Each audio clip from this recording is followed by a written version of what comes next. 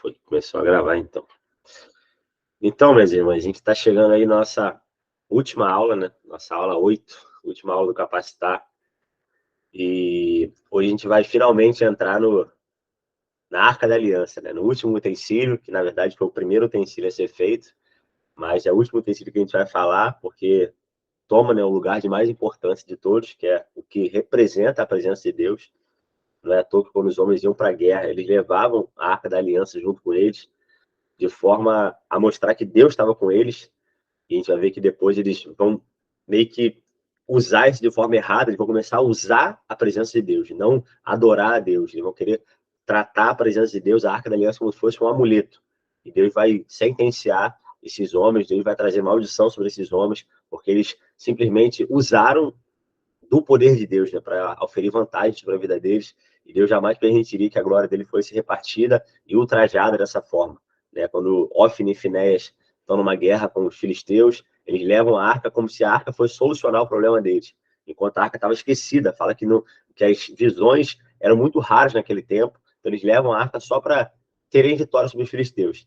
E não só eles perdem aquela guerra, como os filisteus levam a arca da aliança embora, e depois a mulher de Finéias tem o filho, coloca o nome do filho de Icabode, que significa foi-se a glória de Deus. Então a glória de Deus era representada pela arca. Então quando a arca foi levada, foi-se a glória de Deus.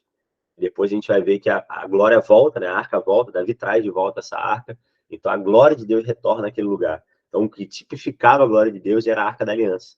É por isso que era o utensílio mais importante e é o único utensílio não encontrado até hoje pelos judeus. Né? Os judeus, você for lá em Israel, eu nunca fui, né? Meu sogro foi há pouco tempo, e lá em Israel ele já tem o terceiro templo, né? Porque o primeiro é o de Salomão, o segundo é o de Esdras e Zorobabel, e eles fizeram o terceiro templo, e eles querem inaugurar esse terceiro templo, só que falta um utensílio para eles inaugurarem esse terceiro templo, e é justamente a Arca da Aliança.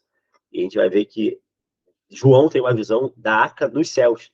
Então, existem muitas teorias, tem muitas histórias de onde estaria a Arca da Aliança, a gente vai ver um pouco isso, mas é o único utensílio que falta ali no templo para poder inaugurar o terceiro templo, que eu acredito que nunca vai acontecer, é a Arca da Aliança mesmo. Para os judeus isso é algo muito importante, mas muito perigoso também, né? De olhar isso apenas como um amuleto, como um utensílio qualquer, e não como a própria representação da presença de Deus.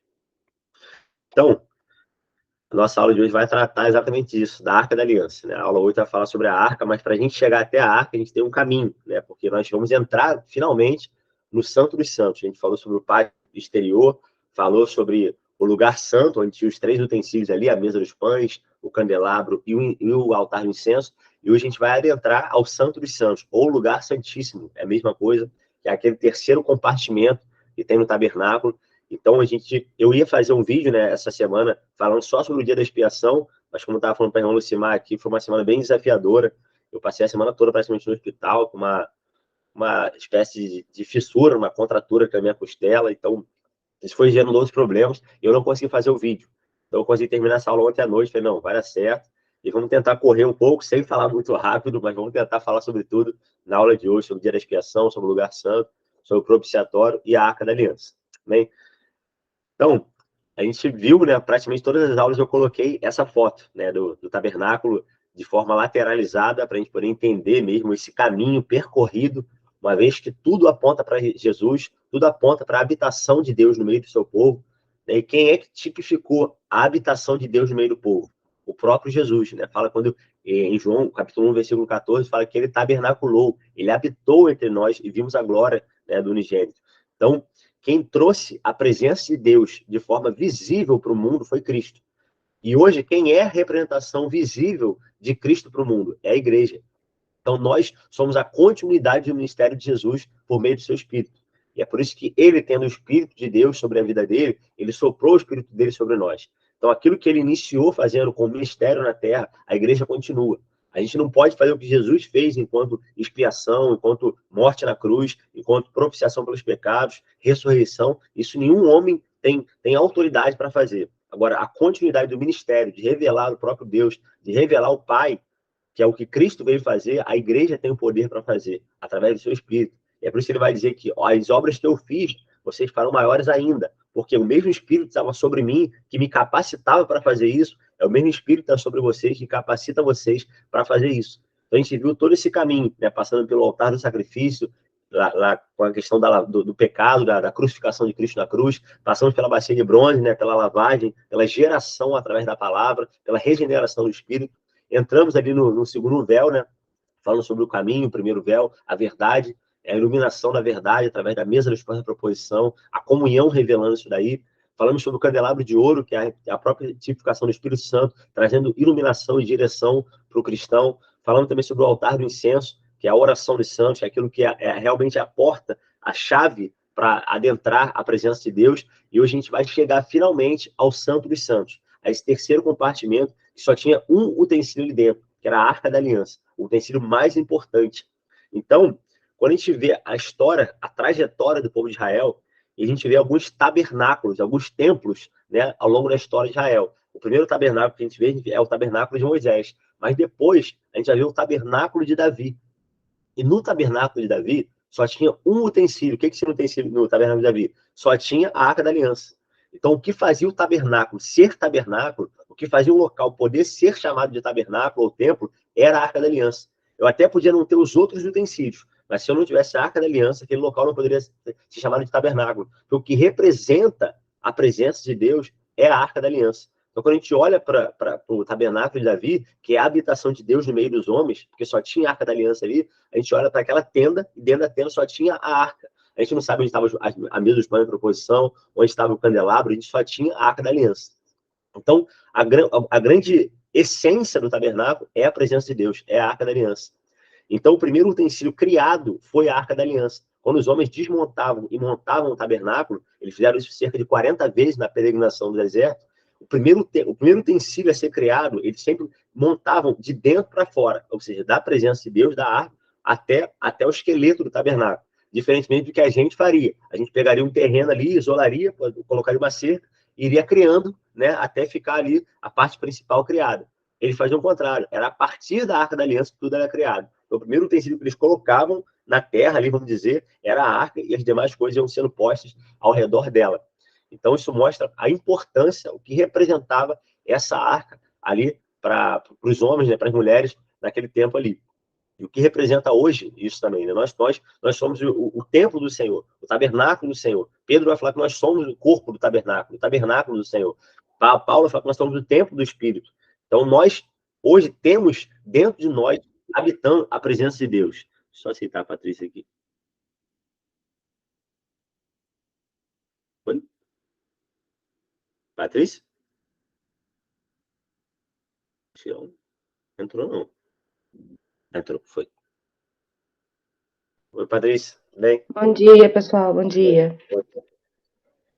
Então a gente chegou, né, até esse caminho, a gente passou ali pelo pátio exterior, falou do lugar santo, e hoje a gente está entrando no Santo dos Santos, adentrando esse véu, atravessando esse terceiro véu. Né? O primeiro era uma porta, o segundo era aquela cortina, aquele véu que a gente falou, e agora a gente está adentrando o terceiro véu, que a Bíblia vai tratar como segundo véu. Por que ela trata como segundo véu? Porque ela só entende o santuário como essa tenda, e não como todo o tabernáculo. Para a gente vai chamar de terceiro véu, mas a gente sabe que esse é o segundo véu. E a gente tinha a tenda, na tenda tem o primeiro véu, que dá acesso àqueles 3 utensílios, e depois o segundo véu, que dá acesso à Arca da Aliança. Então, a gente chega, né, finalmente, ao nosso último utensílio, e é aquilo que Jesus fala nesse texto aqui, né? E Jesus, o Mateus fala nesse texto aqui, e Jesus, clamando outra vez com grande voz, rendeu o Espírito, entregou o Espírito. E eis que o véu do templo se rasgou em dois, de alto a baixo, e tremeu a terra, e fenderam-se as pedras, e abriram-se os sepulcros, e muitos corpos de santos que dormiam foram ressuscitados. Então, esse véu que Jesus está falando aqui, que Mateus está falando, é exatamente esse véu aqui, ó, que eu mostrei aqui. É esse véu aqui entre o altar do incenso e a Arca da Aliança. Esse terceiro véu que dava acesso à presença de Deus. É esse véu que Mateus está falando. Foi esse véu que foi fendido de cima a baixo, foi rasgado. Né? E é legal essa questão do cima a baixo, porque foi algo que veio do céu para a terra, algo que Deus fez. Não foi o homem que rasgou esse véu, foi o próprio Deus. E o que isso estava mostrando para a gente? É que naquele momento, todos os sacrifícios estavam extintos, não era necessário mais fazer sacrifício, não era necessário matar mais cordeiros, mais bodes, não era necessário fazer mais nada disso, porque o caminho da presença estava o quê? Aberto. Então, quando Cristo ele morreu, ele fez um sacrifício cabal, vicário, único, naquela cruz. Quando ele morreu, ele fez o último sacrifício, porque ele foi tanto o ofertante quanto a oferta. Ele foi tanto o Cordeiro de Deus que tira o pecado do mundo, quanto o sumo sacerdote que oferece esse Cordeiro sobre o altar. Então, ele fez o sacrifício. E a partir de Cristo, nós temos acesso a Deus. Então, não mais era necessário fazer sacrifício. Se a gente chega hoje, ali no meio dos judeus, aqueles mais ortodoxos, existem algumas seitas no meio dos judeus, eles ainda fazem sacrifício de animais. Então, eles tentaram. Existem também tradições que dizem que eles costuraram esse véu rasgado, porque isso foi literal, esse véu se rasgou literalmente. Eles costuraram esse véu. E depois Paulo vai falar isso, vocês estão tentando reconstruir o véu, ou seja, aquilo que antes separava você da presença de Deus, agora foi aberto por Cristo, vocês estão tentando pavimentar esse caminho de novo, estão tentando reconstruir esse véu de novo. E a gente, às vezes, perde, né, o nosso acesso a Deus pelos muitos rituais que a gente quer fazer, porque a gente acha que a gente pode se achegar a Deus através de ritos, através de observâncias apenas, mas o único caminho até Deus é Cristo. É se apropriar do sacrifício de Cristo, é se identificar com a pessoa de Cristo e viver como Cristo através do Espírito Santo. Então, a única forma de acessar a presença de Deus é por meio de Cristo. Por isso a Bíblia vai falar, né, 2 Timóteo 2:3 vai falar isso, 2:5 vai falar isso, que há um só mediador entre Deus e os homens, Jesus Cristo, homem. Então, ele é o caminho, ele é esse acesso até a presença de Deus. Então, é esse véu que foi rasgado no templo, é esse véu que separava o lugar santo da presença de Deus, da tenda. Mas eu acho interessante é que, mesmo que esse véu tenha sido rasgado, não fala que o primeiro véu foi rasgado, ou seja, aquele véu que dava acesso do pátio exterior para dentro da tenda. Porque isso traz um ensinamento para a gente. Porque todo sacerdote, todo homem que se apropria do sacrifício de Cristo, todo homem que adentra a tenda da revelação, ele acessa a presença de Deus. Mas não é qualquer pessoa que acessa a presença de Deus de qualquer jeito. Porque para acessar a presença de Deus, desfrutar da presença de Deus, é necessário uma vida de santidade, é necessário se purificar dos seus pecados. Então, às vezes, a gente olha hoje, né, a coisa muito largada, não, Deus está sendo de qualquer jeito, né, você pode fazer o que você quiser, só que a gente sabe que não é assim. Não é assim. Deus ama qualquer homem, qualquer mulher, e ele nos chama a ser misericordiosos quanto a isso também. E nós, que dirá nós, né, que viemos do pecado, e hoje nós podemos ter acesso à presença de Deus, mas o que Deus está falando aqui não é de qualquer jeito, né? Não é bagunça na presença de Deus. Mas é necessário uma vida de santidade. Deus quer nos purificar antes da gente poder entrar na presença dele. Você até falou na aula passada, né, deu o exemplo das crianças aqui de casa, quando eu pintei aqui a sala, que antes deles entrarem em casa, deles poderem tocar nas paredes, antes eles tinham que lavar a mão deles. Porque senão nada adiantaria a minha obra expiatória de limpar a parede se eu não limpasse a mão deles. Então nada adianta Jesus fazer um sacrifício na cruz de purificar os homens de seus pecados se ele não puder nos purificar antes de ele entrar na sua presença. Então é isso que o sacrifício de Cristo tipificava. Era uma purificação completa do homem, para que ele pudesse adentrar, ele pudesse acessar a presença de Deus de forma plena e não mais morresse antes, né? Até teve uma pregação, uma palavra que eu li esse dia lá na igreja, que eu estava falando isso, né? Que eu fico vendo Jesus como se fosse um isolante de Deus. Antes os homens, quando eles olhavam para dentro da arca, quando eles tocavam na arca, eles morriam, eram fulminados instantaneamente. Fala que Uzá tentou tocar na arca, ele morreu instantaneamente. Porque não existia o confronto da santidade de Deus com o pecado do homem, era instantânea a morte. Só que Jesus, ele veio revestir todo esse poder, toda essa energia, vamos dizer, que seria um filho desencapado. Eu fico vendo como se fosse um filho desencapado. Imagina você pegar um filho desencapado e meter a mão nele. Naturalmente você vai tomar um choque e vai morrer. Então o que Jesus veio fazer? É como se ele viesse encapar esse filho. E hoje a gente pudesse tocar Deus através de Cristo, sem ser morto por Deus e desfrutar das bênçãos de Deus. Como se fosse isso. Então Jesus, ele veio colocar nele, por isso a Bíblia vai falar que nele habita corporalmente toda a plenitude da divindade. Então, o que era inacessível aos homens, aquilo que habitava em luz inacessível, que a Bíblia vai dizer, se tornou acessível através de Cristo. E por meio de Cristo, nós não só podemos conhecer a Deus, mas a gente pode desfrutar de Deus. Então, nós somos também, por isso nós somos Cristos.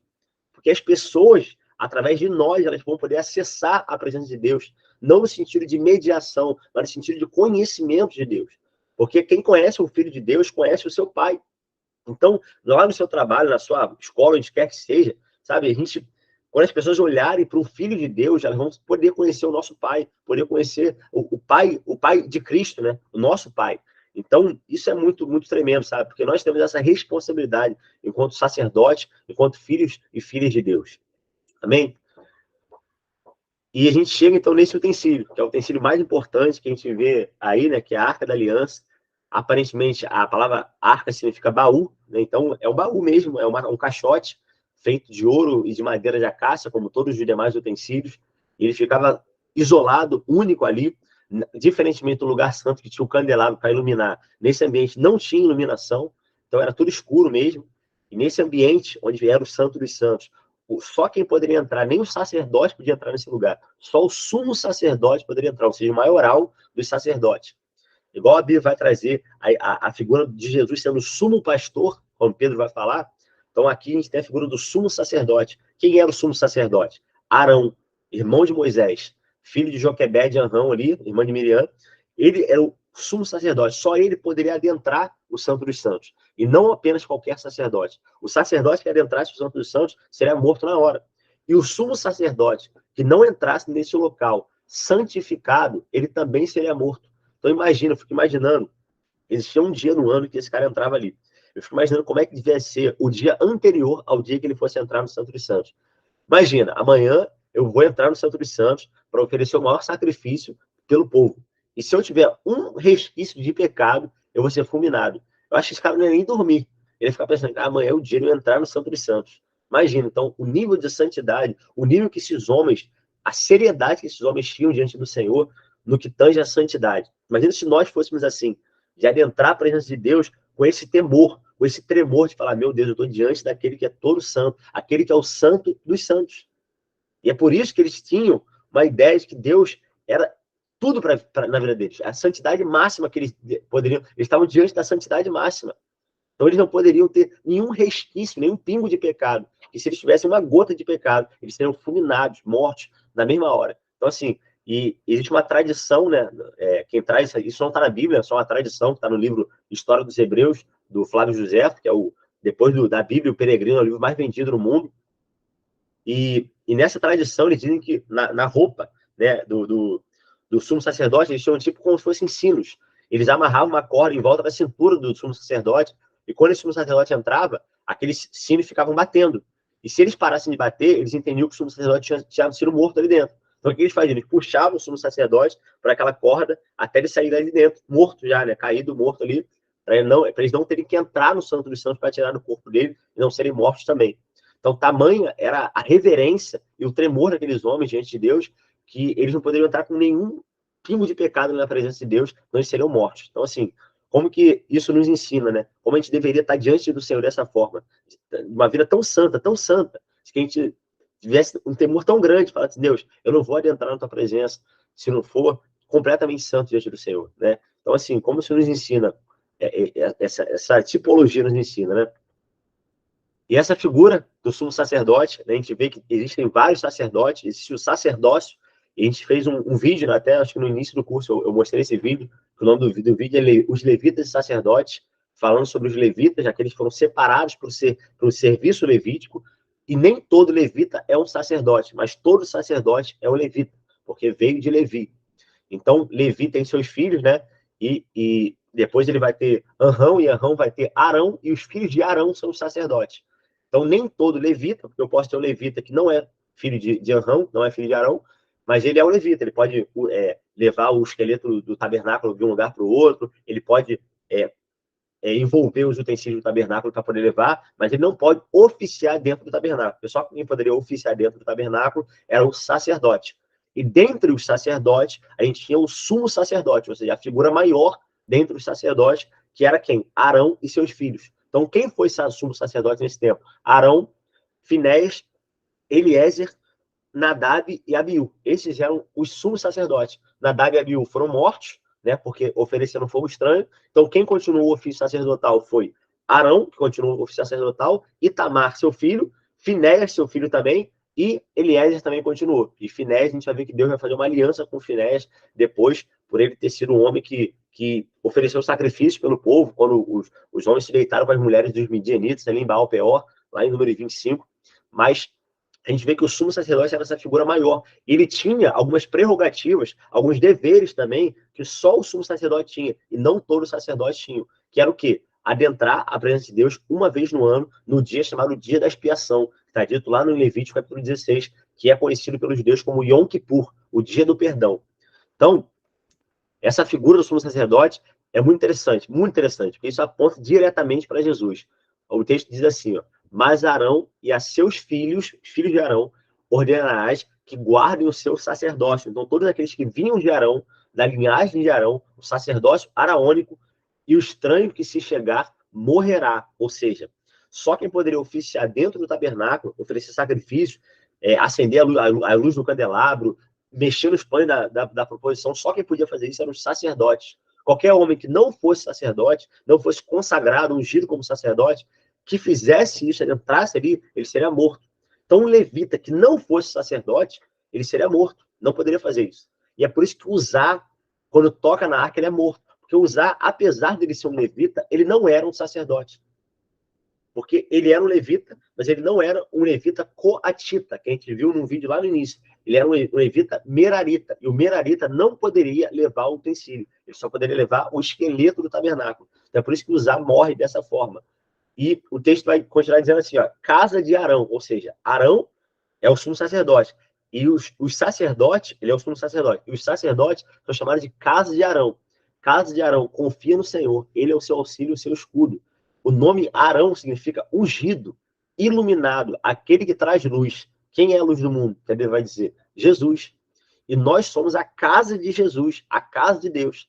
Então nós somos aqueles os portadores da luz, aqueles que continuam a iluminar o mundo. Por isso que a Bíblia vai dizer que a igreja, nós somos como astros, como luzeiros nesse mundo. Então, a figura do sumo sacerdote significa o próprio Cristo, enquanto a igreja é a continuidade do ministério de Jesus.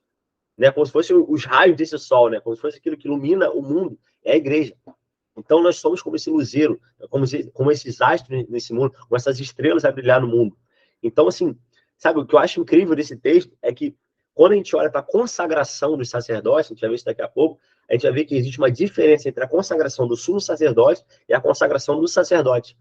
Então, existe uma diferença até na unção que eles recebem para separar o que é o sumo sacerdote e separar o que é os sacerdotes. Então, nós somos um reino de reis e sacerdotes. Nenhum de nós pode dizer que somos sumo sacerdotes. Porque só existe um sumo sacerdote. Quem é? Jesus. Que vive para interceder por nós. Como nós falamos na aula passada, ele é o sumo sacerdote. Ele está acima de todos. E nós somos a casa de Deus. Então, ele deu esse direito, ele outorgou esse direito à igreja. Então, é por isso que quem entrou no Santo dos Santos um dia? Jesus, oferecendo um sacrifício único. E quem é que continua a fazer essa luz brilhar e manifestar esse sacrifício, falar sobre o sacrifício, pregar sobre o sacrifício? Os sacerdotes, que somos nós, a igreja. Amém? Então, olha que tipificação linda, né? Arão significa ungido. Quem é ungido de Deus? Cristo. A palavra Cristo significa ungido, iluminado, aquele que traz luz. Então, Arão, a casa de Arão, somos nós, a igreja. E a gente vai ver que depois, né, tem um outro vídeo aqui no canal também falando sobre Melquisedeque, que fala que Jesus não é de Arão, ele é da ordem de Melquisedeque. E depois, né, veja esse vídeo, acho que dá para entender bastante coisa. Por que a Bíblia traz isso sobre a ordem de Melquisedeque e a ordem de Arão, né, falando sobre aqueles que eram o sacrifício humano e falando sobre o sacrifício espiritual. Acho que vale a pena ver esse vídeo, que dá para entender bastante coisa sobre isso. E quando os homens, a gente vê aqui no lado esquerdo, o sumo sacerdote, que tinha uma estola sacerdotal, né, essa roupa diferente, e a gente vê na direita o sacerdote, que tinha só uma roupa branca. E por que a roupa era branca? Porque simbolizava exatamente a santidade, a pureza. Sobre o linho fino, que Apocalipse vai falar, para que os homens são trajados de linho fino, porque isso representa a pureza e a santidade desses homens, que é a figura do sacerdote. E o sumo sacerdote, além de colocar essa roupa branca por baixo, ele tinha uma estola sacerdotal, que tinha um peitoral, conhecido como peitoral do juízo, que eram essas 12 pedras postas no seu peito. Ele tinha 2 pedras nos ombros, que era o Urim e o Tumim, que a gente vai ver também o que significa. E essa roupa, ele tinha uma coisa que o sacerdote não tinha, que era uma mitra. Era uma espécie de uma lâmina de ouro na testa, que estava escrito santidade ao Senhor. Então, o sumo sacerdote, ele carregava uma responsabilidade muito maior do que os demais sacerdotes. Quando os sacerdotes deveriam estar em santidade, o sumo sacerdote não só estaria em santidade, como ele ofereceria esse sacrifício único durante aquele ano ali, uma vez por ano. Então, como era importante a figura do sumo sacerdote, e só ele poderia adentrar o Santo dos Santos. Nenhum sacerdote poderia entrar ali. Então, ele foi revestido, ele foi ungido juntamente, para eles poderem oficiar como sacerdotes, eles teriam que ser consagrados, ungidos. E a Bíblia traz ali detalhadamente como deveria ser feito esse azeite, como deveria ser feita essa consagração e essa unção ali sobre os sacerdotes. Quer falar, Patrícia? Não? Então, assim, antes de a gente só passar aqui, olha que coisa interessante. O sumo sacerdote, ele era ungido antes do sacrifício. Porque era feito um sacrifício, né? Eles pegavam o sangue do cordeiro e passavam no dedo do sacerdote, passavam na testa do sacerdote, passavam no pé do sacerdote. Mas olha que coisa interessante. O sumo sacerdote, ele era ungido antes do sacrifício. E os sacerdotes eram ungidos depois do sacrifício. Cara, isso é muito de Deus. Por quê? Quando Jesus ele vem até esse mundo, fala que o Espírito desce em forma corpórea, como uma pomba sobre Jesus, e nesse momento vem uma voz do céu dizendo, esse é o meu filho amado. Então Jesus está sendo ungido naquele momento ali, antes de ser sacrificado na cruz. E quando que nós fomos ungidos? Após o sacrifício de Jesus. Então o sumo sacerdote, que é Jesus, ele é ungido antes do sacrifício. Antes dele ir para a cruz, Deus derrama o Espírito sobre ele. E nós, igreja, nós somos ungidos quando? Após o sacrifício de Jesus. Depois que Jesus morre na cruz, ele fala, não sai de Jerusalém até que do alto vocês sejam revestidos com o Espírito Santo. Então, nós, igreja, somos sacerdotes. Nós fomos ungidos com o Espírito após o sacrifício. Jesus, o sumo sacerdote, foi ungido antes do sacrifício. Cara, isso é muito, muito de Deus, porque isso já apontava para a realidade do que nós viríamos a ser. Ele já apontava para o sumo sacerdote Jesus e já apontava para os sacerdotes igreja. E é por isso que Jesus vai falar isso. Atos vai falar isso. Como Deus ungiu a Jesus de Nazaré com o Espírito Santo e com virtude. Então, Deus ungiu Jesus. Ou seja, nem o próprio Cristo, que era o Filho de Deus, fez o seu ministério, passou no seu ministério sem a unção do Espírito. Que dirá nós, o qual andou fazendo bem e curando todos os oprimidos do diabo, porque Deus era com ele. E disse-lhes, Atos 1, 7 e 8, não vos pertence saber os tempos ou as estações que o Pai estabeleceu pelo seu próprio poder, mas recebereis o poder do Espírito Santo, que há de vir sobre vós, e ser-me-eis testemunhas, tanto em Jerusalém como em toda a Judéia e Samaria, e até os confins da terra. Então, da mesma forma que o Espírito foi derramado sobre Cristo, o Espírito veio para ser derramado sobre a igreja. E não há forma de viver com Cristo se não for por meio do Espírito. Então, às vezes, a gente tenta fazer algumas coisas sem a direção do Espírito. A gente tenta viver sem o poder do Espírito, o revestimento do Espírito. Só que é impossível eu viver nessa terra, eu guerrear as guerras de Deus sem o poder do Espírito. Né? Uma vez eu estava pregando na igreja, eu até falei assim, é semelhante eu querer pegar a mão do meu filho e falar assim, filho, atravessa a linha amarela todinha de uma ponta a outra, de um lado para o outro. E tenta chegar do outro lado. E largo a mão dele ali. A chance dele ser atropelado por um carro é de quase 100%. Pode ser que ele chegue do outro lado? Pode ser que ele chegue. Agora, a chance de acontecer, dele chegar são e salvo do outro lado, é mínima. Da mesma forma que Deus está dizendo, vocês quiserem continuar a viver, passar, né, pelas guerras que eu estou estabelecendo aqui diante de vocês, sem o poder do meu Espírito, vocês até podem tentar, mas a chance de vocês serem mortos nesse caminho é enorme. Então, assim, não há como eu tentar viver uma vida diante de Deus nesse mundo, se não for por intermédio da ação do Espírito Santo. Então, é por isso que ele falou assim, não saiam, eu não estou validando o ministério de vocês nesse mundo, enquanto vocês não forem revestidos do Espírito. E não é à toa que quando o Espírito desce sobre esses homens, a gente vê que um Pedro temeroso, um Pedro que fazia coisas erradas ali, a gente vê agora um homem cheio de Deus, pregando o primeiro sermão e 3 mil homens se convertendo. Por quê? Porque foi derramado o Espírito sobre ele. Então, se nem Jesus iniciou seu ministério antes do derramamento do Espírito, que dirá nós? Então, não há como eu oficiar, não há como eu ser um sacerdote de Deus, se eu não for ungido com o Espírito de Deus, se não for derramado a unção do Senhor sobre a minha vida. E aí a gente entende o que João vai falar. Ele fala assim, ó, vós tendes a unção do santo, e não há necessidade que nenhum homem vos ensine, porque a unção do santo vos ensinará todas as coisas. Então, por quê? Porque o Espírito Santo foi derramado sobre vocês. E agora quem ensina o coração de vocês é o Espírito. Isso quer dizer que eu não preciso ouvir pregação? Quer dizer que eu não preciso ler a Bíblia? Não. Mas eu tenho algo que é imprescindível na minha vida, que é o Espírito Santo. E quando a gente olha em Atos 19, Paulo chegando em Éfeso, ele pergunta assim, recebestes voz do Espírito Santo?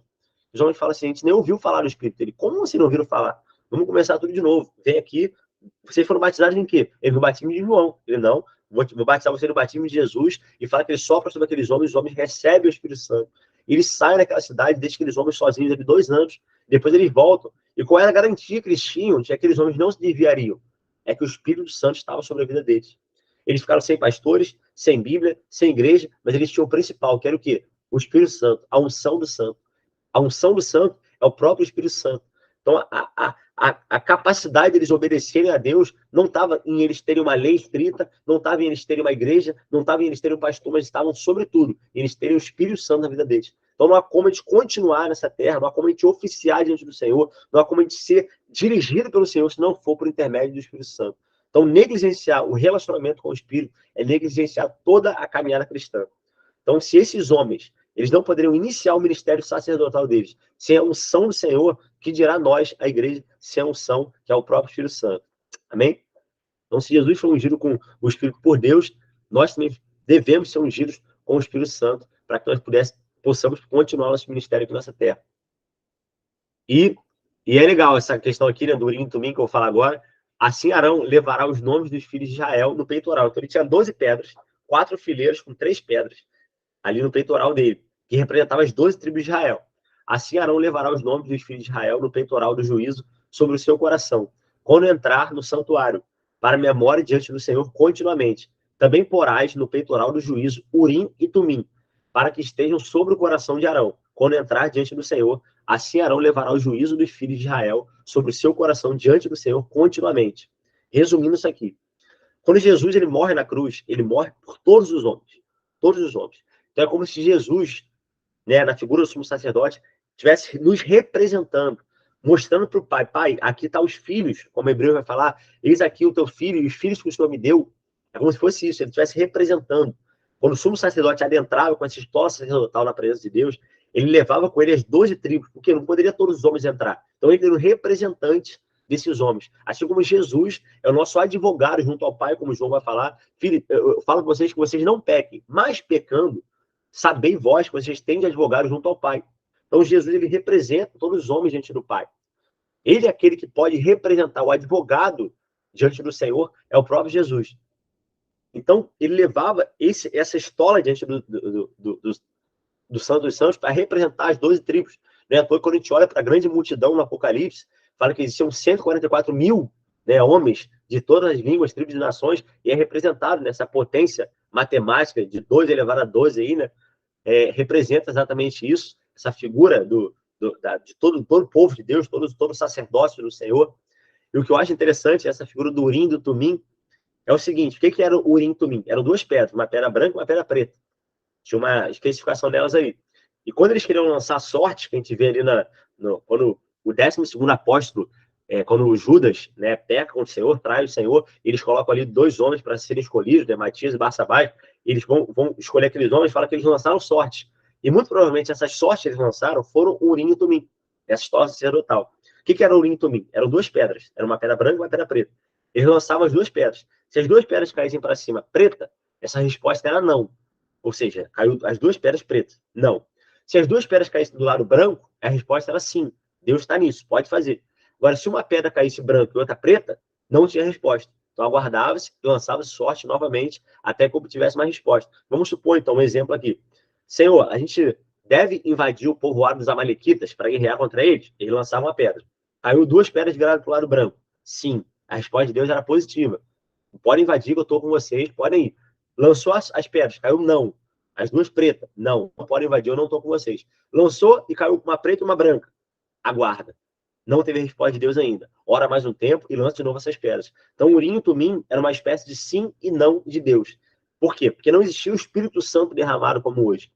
Então, o homem não tinha um testemunho interior para poder entender a direção de Deus para fazer algo. Então, como é que eles faziam? Através do Urim e do Tumim. Então, o sumo sacerdote dava a direção para aquele povo ali do que eles deveriam fazer. Amém? Mais ou menos isso daí. Só para ficar... Eu tentei explicar de uma forma mais clara, assim, vamos dizer, mais grosseira, mas era mais ou menos isso que acontecia ali com o Urim e o Tumim, era o sim e o não de Deus. Era a aprovação e a reprovação de Deus de determinada coisa ali. Eu lembro que eu li isso na Bíblia, negócio de lançar sorte, falar, pô, não é negócio de jogo de azar, não tem a ver com isso, né? Lançar sorte tinha a ver com essa questão das pedras ali do Urim e do Tumim. E quando a gente adentra o Santo dos Santos, a gente já passou pela cortina, né? Esse véu rasgado, esse véu rasgado, que Jesus vai dizer que é a própria carne dele, É por isso que a carne dele foi rasgada naquela cruz, e quando a carne dele foi rasgada na cruz, o véu se rasgou também e deu acesso à presença de Deus. A gente passou pelo sumo sacerdote, que é aquele homem que poderia oficiar no Santo dos Santos, só ele poderia adentrar o Santo dos Santos, ou seja, só Arão poderia entrar no Santo dos Santos nesse tempo, e depois os seus filhos, como sumo sacerdote. E a gente vai ver que esse homem, então, ele entrava, e o primeiro, e quando ele entrava nesse lugar, o utensílio tinha ali dentro da Arca da Aliança.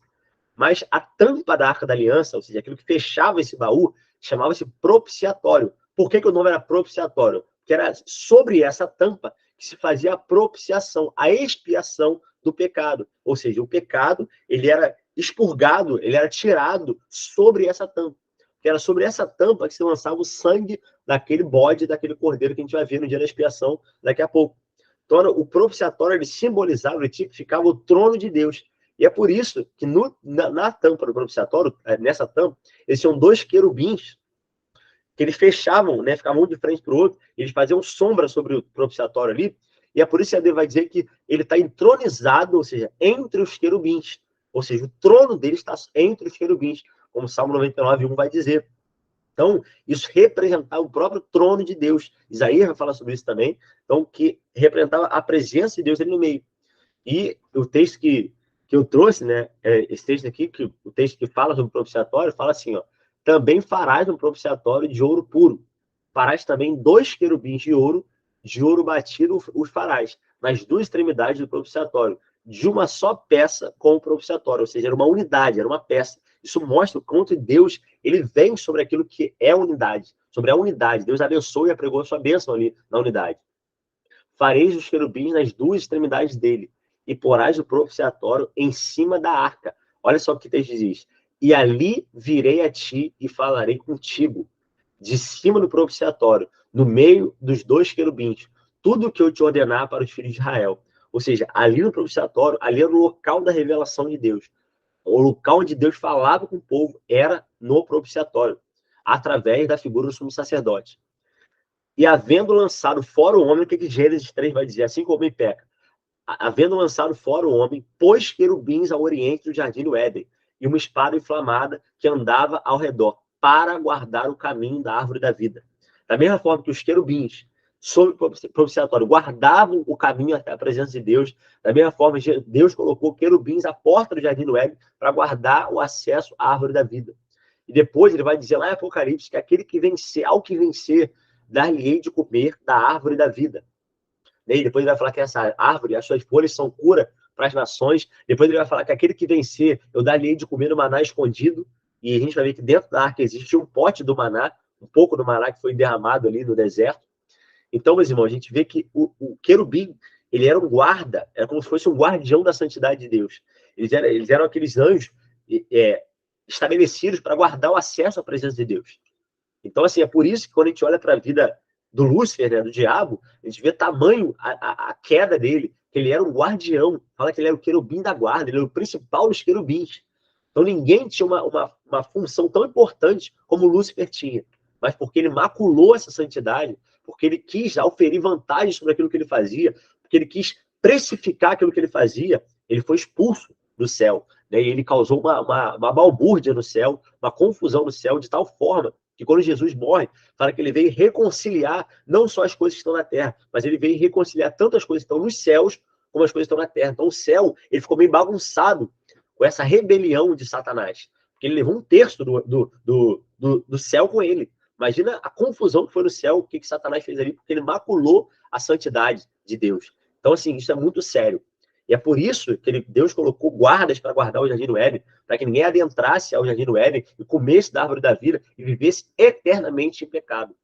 Então, a gente vê essa figura, como essa figura é poderosa, é importante, daqueles querubins guardando a presença de Deus ali, porque o que estava embaixo do propiciatório era a Arca da Aliança, era a figura do próprio Cristo, ali naquela arca tipificada. Então, a gente chega finalmente à nossa arca, né? Aquilo que estava debaixo do propiciatório ali, que é a Arca da Aliança, esse baú. Então, a Arca da Aliança, e o texto que eu falei, por que eu acho que os judeus até hoje não acharam essa arca, é muito por conta disso. E a Bíblia fala assim, ó, e abriu-se no céu o templo de Deus, isso é uma visão de João, e a arca da sua aliança foi vista no seu templo, lá no céu. E houve relâmpagos, e vozes, e trovões, e terremotos, e grande saraiva. Ou seja, João está vendo a Arca da Aliança lá no céu. Mas há quem diga, né? Isso tanto os livros apócrifos quanto a tradição judaica vai dizer. Um livro apócrifo que vai dizer isso daí é o livro de Macabeus, né? Quando a gente olha na Bíblia católica, a gente vai ver o livro de 1ª e 2ª Macabeus. Eu até animo, né? Vocês a lerem o livro de 1ª Macabeus, principalmente, que é um livro que traz uma história muito importante de como foi o tempo em que o povo judeu viveu escravizado, depois eles têm 100 anos de liberdade, no reino Hasmoneu ali, é importante. Tem uma aula no canal falando sobre isso, né? O nome da aula é O Silêncio Profético, que fala sobre aqueles 400 anos que não houve profecia sobre o povo, que a gente vai ver, né, a Grécia dominando os judeus, depois Roma dominando os judeus, até o advento de Cristo, na plenitude dos gentios ali aparecendo e vindo nesse mundo, mas não vou entrar nesse mérito agora, mas esse livro de Macabeus fala sobre esse tempo. Dizem, né, que Jeremias pegou a Arca da Aliança e escondeu no Monte Nebo. E a outra tradição vai dizer que Salomão, quando ele encontra a rainha de Sabá, naquela história ali que fala que a rainha de Sabá foi ver a glória de Salomão ali, então fala que Salomão teve um filho com a rainha de Sabá, como a rainha de Sabá da Etiópia, né? Fala que esse filho, então, ficou com a Arca da Aliança e escondeu essa Arca da Aliança lá na Etiópia. E muitos dizem que a Arca da Aliança está escondida na Etiópia. Eu, sinceramente, não acredito em nada disso, porque eu acho que se tivesse, já teriam achado há muito tempo essa arca. Mas eu creio que isso é uma sabedoria do próprio Deus, de esconder a Arca da Aliança. Porque eu acho que é a sabedoria de Deus em duas questões. Primeiro, de esconder a Arca da Aliança. E segundo, do corpo de Moisés nunca ter sido achado. Por quê? Porque quando a gente olha para a vida do povo de Israel, fala que Deus mandou serpentes abrasadoras no meio deles. E mandou que eles fizessem uma serpente de bronze. Para que quando eles olhassem para a serpente, eles fossem curados. Lá no reinado de Ezequias, a gente vê que essa serpente é chamada de Neustã, que significa um pedaço de bronze. E fala que esses homens adoravam essa serpente de bronze. Séculos depois, ou seja, uma serpente de bronze que foi dada por Deus, era adorada lá no tempo de Ezequias. Eu fico imaginando, se eles fizeram isso com uma serpente, imagino que eles não fariam com o corpo de Moisés. Eles iam empalhar o corpo de Moisés e iam adorar Moisés até hoje. Porque se Moisés tivesse morrido, como eles achavam, e achassem o corpo de Moisés, eles iam empalhar o corpo de Moisés e adorar até hoje. Agora, se Moisés não tivesse morrido, eles iam entender, não, Moisés realmente é o Messias. Porque a gente vê Moisés como personagem bíblico. Moisés, para eles, é o grande libertador do povo, é o Messias deles. Então, acho que a sabedoria de Deus está em não saber onde está o corpo de Moisés. Porque se eles soubessem, eles iam empalhar o corpo de Moisés e adorar Moisés. Né? Pelos processos de mumificação que eles conheciam ali dos egípcios. E eles não sabendo, ou seja, entendendo que Moisés não morreu, como Elias foi trasladado, eles iam fazer Moisés como se fosse o Messias, iam divinizar Moisés. Então, acho que essa questão de não saber onde está o corpo de Moisés é a sabedoria de Deus. Isso se dá também com a Arca da Aliança. O fato de eles não saberem onde está a Arca da Aliança não transformou a Arca da Aliança num amuleto que eles pudessem se prostrar diante da Arca, vendo a presença de Deus através da Arca. Então, acho que essa dúvida, esse esconderijo da Arca da Aliança no corpo de Moisés é justamente a sabedoria de Deus em mostrar que ele é o único que deve ser adorado e não Moisés ou a Arca. Amém? Por isso que eu acho que a Arca da Aliança nunca vai ser achada. Porque, na verdade, isso seria trocar a glória de Deus, né? Seria dividir a glória de Deus. E Deus jamais permitiria que sua glória fosse dividida com um utensílio qualquer. Então, meus irmãos, e é isso que a arca vem representar, né? O texto diz assim, ó, também farão uma arca de madeira, de acácia, e cobrirá de ouro puro, por dentro e por fora. Então a gente olha a figura do próprio Cristo, que era 100% homem, ou seja, 100% madeira de acácia, né, vamos dizer, e 100% Deus, 100% ouro puro também, por dentro e por fora. E fará sobre ela uma coroa de ouro. A gente olha já a glorificação de Cristo, que é o que ele fez na crucificação, né, antes dele ir para a crucificação de fato. Ele fala para Deus assim, Jesus fala para Deus, glorifica o teu filho com a glória que eu tinha antes da descida dos céus à terra, ou seja, me coroa de glória antes de eu descer até a terra, que ele era rei nos céus. Ele abre mão da sua glória e desce nesse mundo. Ele fala assim, glorifica o teu filho com a glória que ele tinha anteriormente. Então a gente vê a figura da arca já uma coroa de ouro em volta, né? Mostrando a glorificação, a exaltação de Cristo. Depois porás na arca o testemunho, ou seja, as tábuas da lei que eu te dei. Então, dentro da Arca da Aliança, a gente tinha 3 utensílios. Primeiro utensílio que a gente vai ver aqui no texto de Hebreus, era as tábuas da lei. As tábuas dadas por Moisés ali no Monte Horebe. Depois ele coloca um pote de ouro contendo um pouco do maná, que desceu lá no deserto. E o terceiro utensílio que tinha dentro da arca era a vara de Arão que floresceu. Quando os homens começam a se rebelar, começam a colocar em xeque o ministério de Arão, Deus fala assim, olha só, fala para Moisés, você vai pegar um representante de cada tribo, e cada tribo vai pegar uma vara ali, vai colocar dentro da arca, diante da arca. A vara que florescer foi aquele que eu escolhi para sacerdócio. Então fala que na vara de Levi ele coloca o nome de Arão. E quando ele chega no dia seguinte ali, todas as varas estão secas e só a de Arão floresceu. E fala que deu brotos e amêndoas ali, folhas na sua ponta. Então ele fala que ele escolheu o sacerdócio araônico para ser a tribo que ofereceria sacrifício diante do Senhor. Então ele escolheu a vara de Arão. E essa vara de Arão ele vai colocar dentro da Arca da Aliança para tipificar esse testemunho que ele colocou. Então dentro da arca a gente tinha 3 utensílios: as tábuas da lei, o pote contendo maná e a vara de Arão que floresceu. Bem? E a gente vai ver isso aqui, que é o texto que eu estou falando, né? Mas depois do segundo véu, estava o tabernáculo, que se chama o Santo dos Santos, ou seja, esse local, que tinha o incensário de ouro e a arca da aliança, coberta de ouro toda em redor, em que estava um vaso de ouro que continha o maná, a vara de Arão que tinha florescido e as tábuas da aliança. Então, esses 3 utensílios que a gente tinha dentro da arca da aliança: as tábuas da lei, o maná e a vara de Arão. E isso nos traz um ensinamento muito importante também. Porque quando a gente olha para o maná, a gente vê a provisão de Deus. A gente vê aquilo que Deus fez sustentando o povo. Depois Deus vai falar que aquele que vencer, o que chegar até o fim, Deus dar-lhe-á de comer do maná escondido. Ou seja, o alimento perpétuo, o que o homem nunca mais morrerá. Ou seja, aquele corpo glorificado jamais morrerá, jamais conhecerá a morte. E ele fala da vara de Arão que floresceu, ou seja, algo que estava morto e recebeu vida. Então isso traz uma ideia de ressurreição, né? De alguém que estava um dia morto, mas recebeu vida da parte de Deus. E, em terceiro, ele fala das tábuas da aliança, ou seja, da obediência, da observância aos mandamentos de Deus. E uma coisa que é um achismo, né? Mas eu acho que é importante compartilhar, é que quando a arca está peregrinando, né? Ela passa por vários lugares, ela fica 7 meses em Bet-Semes, depois ela vai ficar 20 anos na casa de Abinadab, ela vai peregrinar, né, sobre os lugares ali, vai ficar em Kiriat Jearim um tempo também.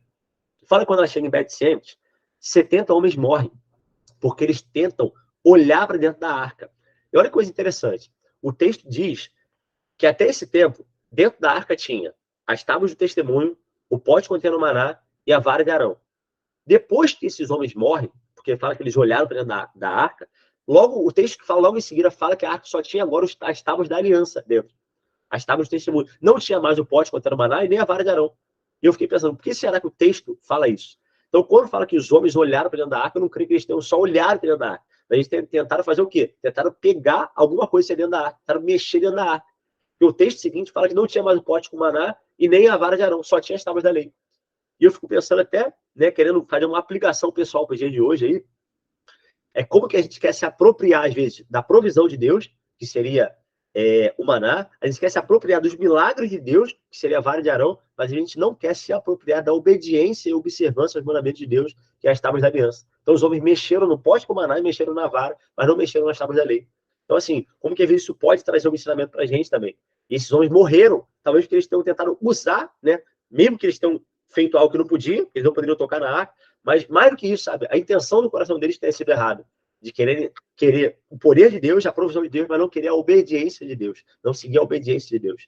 Então, assim, essas 3 figuras apontam para nós algo muito importante, que é aquilo que Deus veio fazer conosco, veio nos sustentar realmente como filhos de Deus, veio nos ressuscitar na figura da vara, mas, sobretudo, veio nos chamar a uma vida de obediência, observância, através da lei do Senhor, tipificado nas tábuas da lei, ali na lei de Moisés, dentro da Arca da Aliança. Então, isso traz um ensinamento muito, muito, muito claro para a gente daquilo que Deus requer do seu povo.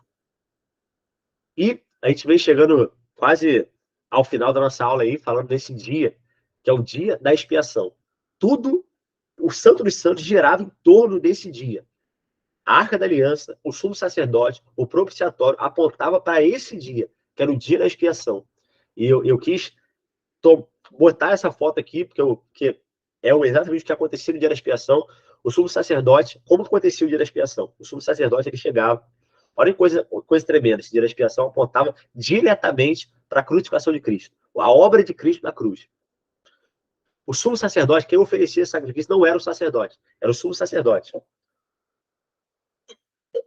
Então Arão, ele chegava ali, né, essa história ela está contada, né, esse fato está contado lá em Levítico 16, e o sumo sacerdote ele entrava no Santo dos Santos, sozinho, ele entrava ali, e a primeira coisa que ele fazia era tirar as suas vestes. Olha que coisa gloriosa. Ele tirava as suas vestes sacerdotais, aquela estola, aquela roupa de púrpura bonita, ele tirava, colocava num cabide, e ele entrava completamente despido da sua roupa. Ele entrava só com essa túnica branca.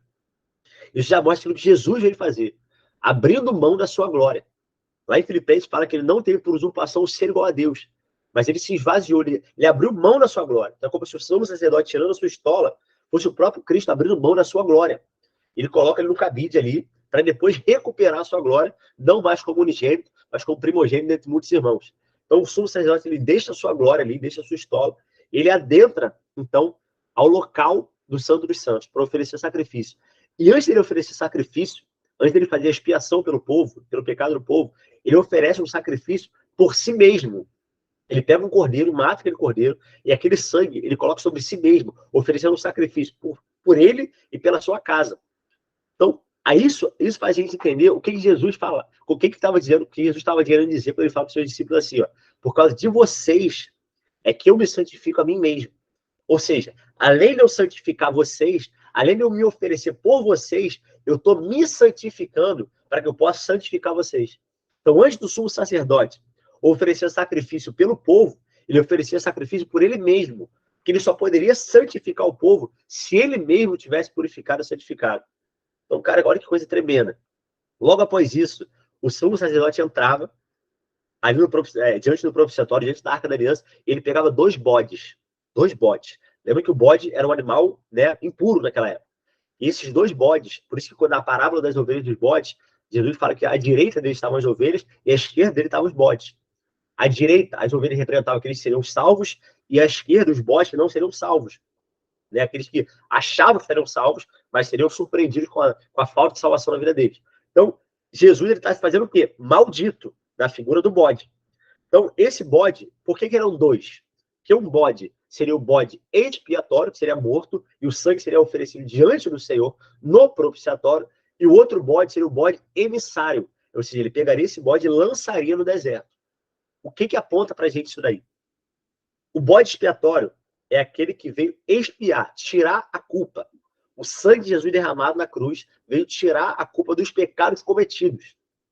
Então, a expiação pelo pecado de Jesus é a propiciação do nosso pecado. Ou seja, a expiação. Da mesma forma que o sangue dos umbrais, nas vergas das portas dos israelitas lá no Egito, fala que a morte passou por cima da casa. Ela não encontrou morada ali, mas ela passou por cima da casa. Da mesma forma, o sangue de Cristo fez com que a morte passasse por cima de nós.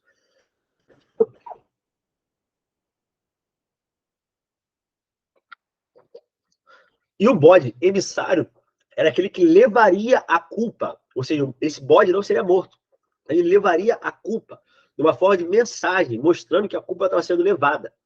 Então, Jesus ele não só perdoou nossos pecados, como ele levou toda a culpa. O perdão de pecados estava no bode expiatório. E a levada da culpa estava no bode emissário. Então, esse dia da expiação representava o próprio sacrifício de Cristo, trazendo o perdão. Por isso que o nome Yom Kippur significa dia do perdão.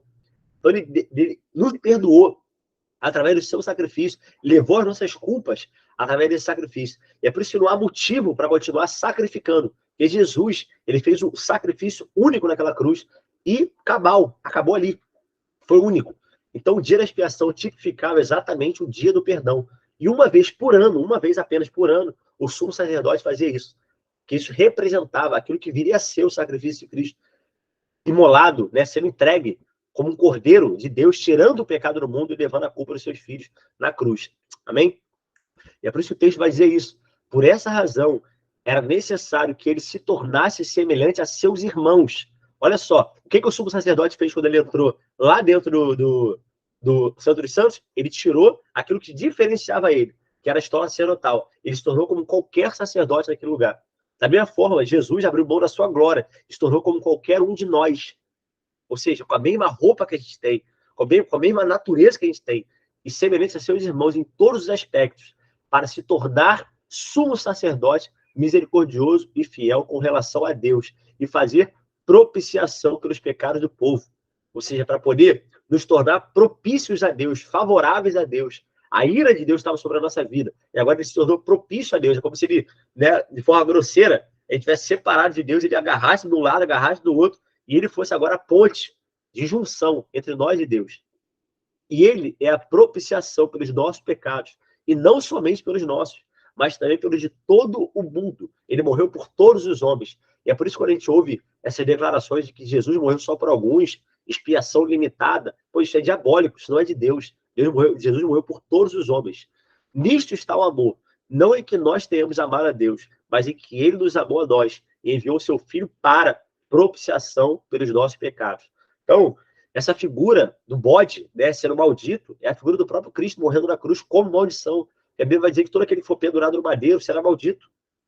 Então, ele não só é a figura do próprio Arão, como sumo sacerdote, oferecendo, mas é a figura do próprio bode sendo oferecido. Ele é tanto a oferta quanto o ofertante. E o sangue dele foi derramado para que nós pudéssemos ser salvos, sabe? Para que nosso pecado fosse expiado, fosse posto para fora, para que a ira de Deus fosse aplacada de tal forma que ele fosse aceito diante do Senhor.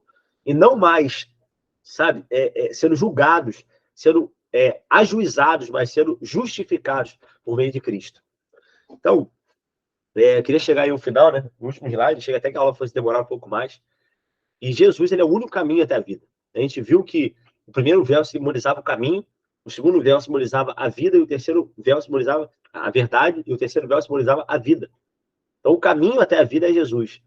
De tal forma, da mesma forma que ele se ofereceu por nós e nos tornou propícios a Deus, nós, sabe, como Cristos, podemos nos oferecer aos outros, tornando essas pessoas propícias a Deus também. Sabe, como que a gente pode fazer isso? A Bíblia diz assim, ó, aquele que quer me seguir, tome a sua cruz, assim como ele tomou a dele. E só o que possibilitou Jesus tomar a sua cruz foi o Espírito. Não é à toa que quando Jesus, sabe, cara, isso é muito de Deus, cara. Quando Jesus ele está perto da crucificação, ele está no Monte das Oliveiras. E dentro do Monte das Oliveiras tem o Jardim de Getsêmani. Mas o que é a oliveira? Qual é o produto da oliveira? É o azeite. Então, quando eu não creio que os discípulos tenham dormido à toa naquele Getsêmani. Sabe, quando eu olho essa figura, eu falo, cara, os caras estavam diante de Jesus. Tem noção que você está com o próprio Filho de Deus ali, e você dormir? Eu ia me entupir de café, mas eu não ia dormir diante de Jesus. Eu ia fazer qualquer coisa para ficar acordado e para estar do lado de Jesus. Sabe, por que esses homens dormem? Sabe, eu acho que isso quer mostrar mais do que só um aspecto humano de sono, mas quer mostrar para Jesus, naquele momento, não existia ninguém com ele. Só existia uma coisa que levaria Jesus até a cruz, é o Espírito Santo. E é por isso que ele estava rodeado de oliveiras. Por isso que ele estava rodeado do produto da oliveira, que é o azeite, que fica o próprio Espírito. E o que levou Jesus à cruz, o que levou Jesus até o final, foi o Espírito Santo. E é por isso que a Bíblia vai falar assim, quem foi que subiu aos céus trazendo alto a Cristo? E quem foi que desceu ao abismo para tirar Jesus lá de dentro do abismo e trazer de volta Jesus à terra? Fala, foi o Espírito. Timóteo vai falar isso, foi o Espírito. Então, assim, quem pôde trazer Jesus do céu à terra, quem pôde trazer Jesus da morte para a vida, foi o Espírito. Então, da mesma forma, quem pode nos possibilitar e nos levar a realmente tomar a nossa cruz é o Espírito. Não há como nós tomarmos a cruz se não for por intermédio do Espírito. Não há como Jesus tomar a sua cruz, não teve como Jesus tomar a sua cruz, se não por meio do Espírito. Então, assim, não há como a gente continuar a nossa caminhada nesse mundo se não for por meio da direção do Espírito. E nós só podemos ser Jesus, nós só podemos ser Cristo de fato. Nós tivemos o mesmo Espírito que estava sobre a vida dele. Então, sabe, as pessoas só podem ver Jesus na nossa vida. Nós formos guiados pelo mesmo, por aquilo que guiou o próprio Jesus, que é o Espírito. Então, assim, sabe, se Jesus é o caminho até a vida, a igreja é o caminho até Jesus, sabe? A igreja é o caminho que mostra Jesus para as pessoas. É por isso que Cristo é Jesus, mas a igreja. A cabeça pensante, aquilo que articulou, aquilo que mediu, aquilo que veio trazer direção, foi Jesus na cabeça. Agora, aquilo que executa as obras de Deus na terra é a igreja, são os braços do Senhor na terra. Então, nós, como igreja, nós somos os responsáveis pela continuidade desse ministério. Nós somos os responsáveis pelo sacerdócio de Deus na terra. Somos nós que fazemos propiciação agora pelos pecados do povo, não no sentido de fazer sacrifício, sabe, mas de se colocar, se interpor, se colocar disponível para que as pessoas conheçam ao Senhor. Né? Tem uma frase do Tozer, que ele fala assim, ó, quando você for julgado, você não vai ser julgado só por aquilo que você fez, mas pelo aquilo que você tinha que ter feito e não fez. Não pelo que você fez, mas por aquilo que você tinha que ter feito e não fez. Ou seja, nós podemos trazer o conhecimento de Deus às pessoas. Nós podemos apresentar Deus para as pessoas. E se a gente negligencia esse sacerdócio, esse ministério de reconciliação que ele nos deu, nós estamos sendo negligentes com aquilo que nós fomos chamados a fazer. Então, acho que é mais do que um direito, sabe, da gente. É mais do que uma bênção a gente ser filho de Deus. É uma responsabilidade. O filho, sabe, ele tem direitos que são só de filho. Um pai, quando morre, ele deixa herança para os seus filhos, ele não deixa herança para desconhecidos. Agora, a Bíblia fala que o filho, enquanto ele é menor, enquanto ele tem uma mente escrava, ele nada diferente do escravo, ele não tem acesso à herança. Mas só aquele que entende que é filho de Deus, pela maturidade, pelas suas faculdades espirituais exercitadas, ele pode chegar à maturidade. Só aquele filho que é perfeito, como diz a palavra de Deus, é aquele que é maduro, ele pode, então, acessar a herança de Deus, a herança do Pai. Então, assim, sabe, nós recebemos essa responsabilidade de apresentar Jesus para as pessoas. Então, sabe, é mais do que só pregar o evangelho, sair pregando por aí. Não é isso, não. É sermos como Cristo. Nós somos uma carta viva, de tal forma que as pessoas nos leem, quando a gente está diante delas, elas nos leem. A gente, sem abrir a nossa boca, a gente pode ser Cristo. A gente, sem abrir a nossa boca, a gente pode ser lido pelas pessoas. E as pessoas podem ver Cristo na nossa vida. Então, assim, mas isso requer uma vida de santidade, uma vida de obediência, uma vida de entrega contínua ao Senhor. Para que a gente possa, então, ser esse caminho onde as pessoas acessem ao Senhor. Sabe? De as pessoas olharem e falar assim, cara, eu estava conversando com o Régio na semana na célula, e ele falou que lá na cidade, lá em Aurora, onde ele estava, a maioria das pessoas, uma vez que o padre Cícero é uma figura muito imponente, né, de idolatria naquela cidade, ele falou que a maioria das pessoas naquela cidade tem o nome Cícero ou Cícera. Por exemplo, vamos supor que eu tenho a Patrícia, a Tatiana e a Lucimar. O nome da Lucimar lá é Cícera Lucimar, Cícera Patrícia, Cícera Tatiana, Cícero Renan. A maioria dos nomes lá, o prefixo, vamos dizer assim, é Cícero ou Cícera. Então, igual aqui a gente tem muito Maria Júlia, Maria Aurora, Maria Clara, o Maria é como se fosse um prefixo. Lá a gente tem o Cícero como prefixo. Então, sabe, as pessoas possam olhar para a gente e não ver o Renan, não ver a Patrícia, não ver a Lucimar, não ver a Tatiana, mas ver Cristo, sabe? Eu sou Cristo, Renan, Cristo, Lucimar, Cristo, Patrícia, Cristo, Tatiana. Que o nosso prefixo seja Cristo, de tal forma que as pessoas vejam Jesus antes de ver a gente. Sabe? Isso requer uma vida devotada ao Senhor, uma vida dedicada ao Senhor completamente. Amém? Então, assim, eu acho que todo o nosso empenho, né, todo o nosso esforço desse curso foi de realmente mostrar que ele veio habitar no nosso meio, não simplesmente para nos dar direitos, mas veio habitar no nosso meio para que nós possamos conseguir ser como Cristo, ser como Ele é, ser como Ele foi e requer que a sua igreja seja, seus filhos sejam. Ser exatamente uma cópia do próprio Jesus, né? Isso só pode, por intermédio daquilo que nós falamos aqui, né? Por meio da palavra, por meio da oração, por meio da comunhão dos santos, por meio da direção do Espírito. E assim a gente vai poder ser como Cristo, né? E não só Ele vai habitar no nosso meio, mas a gente vai poder levar Ele a habitar no meio de outras pessoas também, né? Iluminar o caminho dessas pessoas, trazer luz no caminho dessas pessoas e tirar o véu, né? Desvelar, revelar a presença de Deus para essas pessoas também. Da mesma forma que esse véu foi rasgado, nós conhecemos a Cristo, nós possamos também tirar o véu da vida de outras pessoas e as pessoas possam ver a Cristo também. Amém? A gente chegou ao final do nosso curso, né? Essas 8 aulas. Deixa eu só parar a gravação aqui rapidinho.